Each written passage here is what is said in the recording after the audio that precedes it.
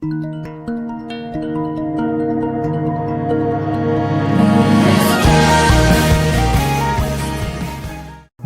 Tensei, the best anime to come out in 2021, well if you exclude Arcane. This show is the best fantasy out there and is pretty much known as the best isekai of all time. Yeah, fuck you Crunchyroll Awards for not making this the best fantasy or best anime of 2021. Well anyways, with the release of the trailer of Season 2, the hype for Mushoku Tensei has come back. And I'm here to explain what the fuck you just watched because most of you probably didn't understand what the hell was going on in the trailer. I've read all of the web novels of Mushoku Tensei and it's just an absolute masterpiece. If you have time, I definitely recommend reading it. But the official English light novel is only up to volume 18. I definitely did not pirate a fan translation, wink wink. Season 2 of Mushoku Tensei will be volume 7 to 12 of the light novels, with Season 1 consisting of 23 episodes being volume 1 to 6 of the light novels.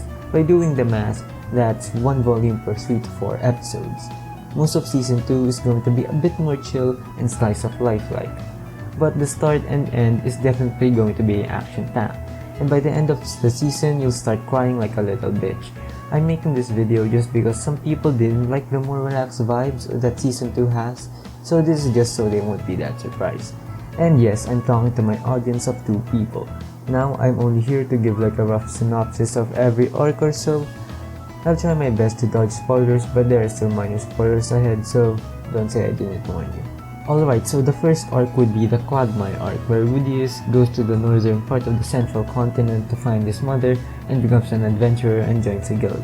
He becomes a famous adventurer in that region known as Quagmire. This is obviously after Ares left him.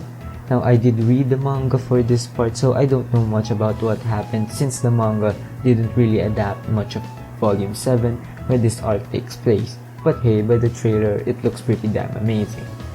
There will be a 2 years time skip after this. Rudius will be 15 by the time of the next arc, and in most of the season he will be 15 to 16. Next is the Renoa Magic University arc. Most of the season will take place at this school. Alinalice, the elf MILF nymphomaniac Roxy was with in the second half of season 1, finds and tells Rudius that his mother is already found and his father, Paul, is already trying to get her back. Everything seems fine to Rudius, so he accepts an invitation to Renoa Magic University. Going to that school is the very reason why he started working for the Boreas Greyrat family in season 1.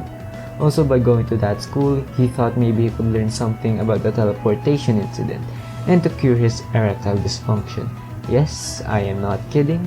When Ares left him, he had erectile dysfunction, and that will be one of the main plot points of the show.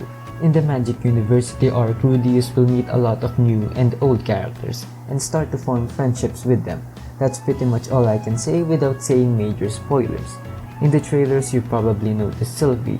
Sylvie will have a huge role this season and will be in most of the season. Roxy, however, will only be in the last arc, which I didn't mention because that arc contains major spoilers. Meanwhile, I'm sorry to the Ares fans out there, but we won't be seeing much of her. Maybe a few clips here and there, but not much, since she will just mostly be training her sword skills. Now that's pretty much it. There's a slight tease for anyone who hasn't read the manga or novels, which I highly do recommend, but I still think the best way to enjoy Mushoku Tensei is with the anime, because the animation is just absolutely nutty. And its story is just a grand epic tale that no other isekai or fantasy anime has in general. Mushoku Tensei will definitely be up there as the best anime of 2023.